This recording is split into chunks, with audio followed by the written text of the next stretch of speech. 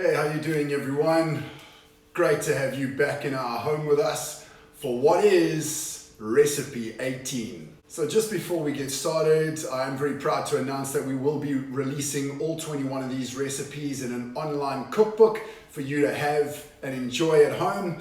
And as a small business, we would certainly appreciate your support for that. So to be kept in the loop of all the other nice little extra add-ons we're going to be incorporating into that, because it's not just going to be a recipe book, there's going to be some nice content in there too.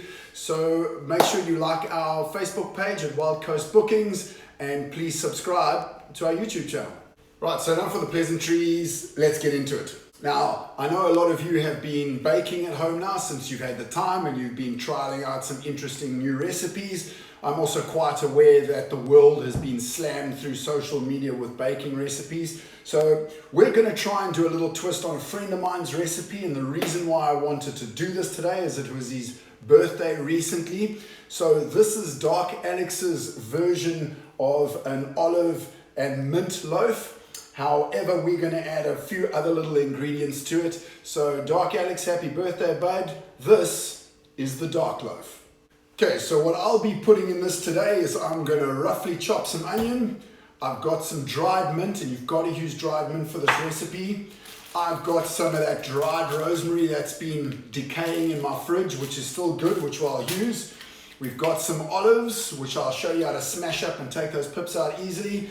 I've just got some cake flour here, and then I have a beer.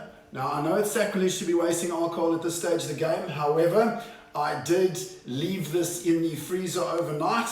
Let's just say it was an oversight. In the spirit of what we're doing here, we want to waste not and want not, and we will repurpose this as it hasn't quite got enough fizz in it for it to be a delicious beer to drink. But there's certainly enough yeast and flavor in there for it to go into this bread. Okay, so I've just gone ahead and rough chopped those onions. You'll see they're kind of in biggish chunks. And then I've got my Kalamata or black olives. And I'm going to show you a nice little hack now, just using my knife, as to how to get the pips out of these. Grab your olive, grab your knife, give it a little push, and you'll see that it just comes out like that. And that's exactly the same kind of size chunks that I want for the bread. Okay, so what we're going to do now is we've got to basically get our dough recipe ready. So I'm going to pour about a half a kilo. This is a kilo bag here. Child lock on it apparently. Okay, so I'm going to go half of this just into a bowl, and then I'm going to pour this beer straight in and start to give it a stir as we go. It's about half a kilo of flour, roughly to a 330, 340 ml beer, somewhere around there. And what I'm also going to do is I really want this sucker to rise nicely. So I'm going to put some yeast straight into the bowl so those little dudes can start working and breathe some life into this bread.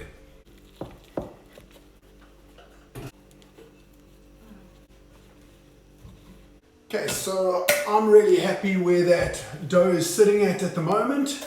So all I'll do is I'll just cover it with a cloth, put it somewhere where it's kind of nice and warm and toasty, let the yeast and the beer do its action, start to rise, and then we're going to knock it all flat, put in the olives and the onion and the dried mint and the rosemary and a little bit of salt, roll it up or bash it all together. I don't know, I'll make that call when we get there. But this is something well worth trying. Okay, so my dough is basically doubled in size, and that's kind of where I want it to be. You can have a look at all those little holes and air pockets, and that's a good sign that the yeast and the beer are having a party in there, which means it's time for us to lay out some flour. We're going to pour the dough down, and then we're going to start to bash it out and mix all our ingredients together. Now, incidentally, the weather wasn't so great here today, so to find a nice little warm spot, all I did was cover that with a towel and put it inside my car in the sun.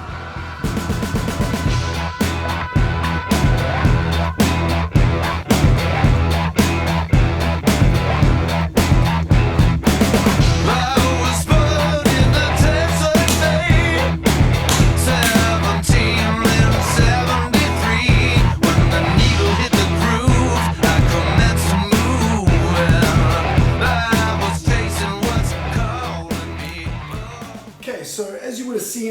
basically just kneaded that ball until it's a nice smooth dough, and it feels ready when you can give it a nice firm spank, and it should react like a tight backside. All I did then is I pushed out using sort of my palms and fingertips and stuff. I wouldn't roll this with a rolling pin, that's just me. You can. I find rolling things with a rolling pin really compresses it and might affect how it rises. Then I've spread my onion out, I've spread my olives out, sprinkled it with dried mint, some rosemary. What I've done before in the past is, because there's no science to this, it all depends on what you want to do. That's the beauty about cooking, and especially baking, is you could now just jumble it all together and push it all around so you get everything going all over the place. But I'm quite enjoying rolling stuff at the moment, and I actually think it basically just looks really cool as well. So I'm going to roll this up. I've got the oven going at 180.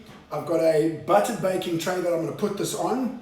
Then I'm going to brush the top with olive oil, sprinkle of salt, bang it in the oven. Will be solid. Now, there are few things in life as satisfying as baking your own bread and it turns out wicked.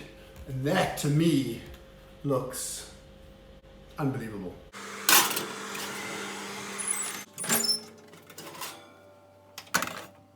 Woo! Take a look at that. I'm gonna let this cool just for a little bit, and then we're gonna slice this sucker up. I'm really, really happy about that. So there you have it. The rosemary, olive, onion, and dried mint bread, inspired by my friend Dark Alex for his birthday.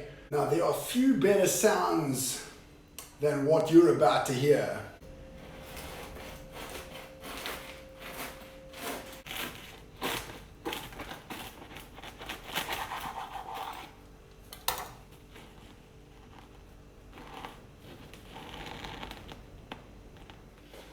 There you go. Really nothing to that. Beautiful inside. You've got those layers of onion and olive and dried mint and herbs. I mean, that came out absolutely smashing. And check out that crusty bread. I mean, if you want to make yourself some kind of like a homemade soup, or geez, even the chicken livers we did yesterday, this is the kind of thing you want with it. I mean, you just can't believe the smell. I'm literally going to take a huge chunk out of this thing now, like a caveman. So dip it in some flavored olive oils, just butter, whatever you want to do. Try this recipe out. As you saw, it was super quick, super easy, and we hope you enjoyed the dark loaf, and we will see you again tomorrow.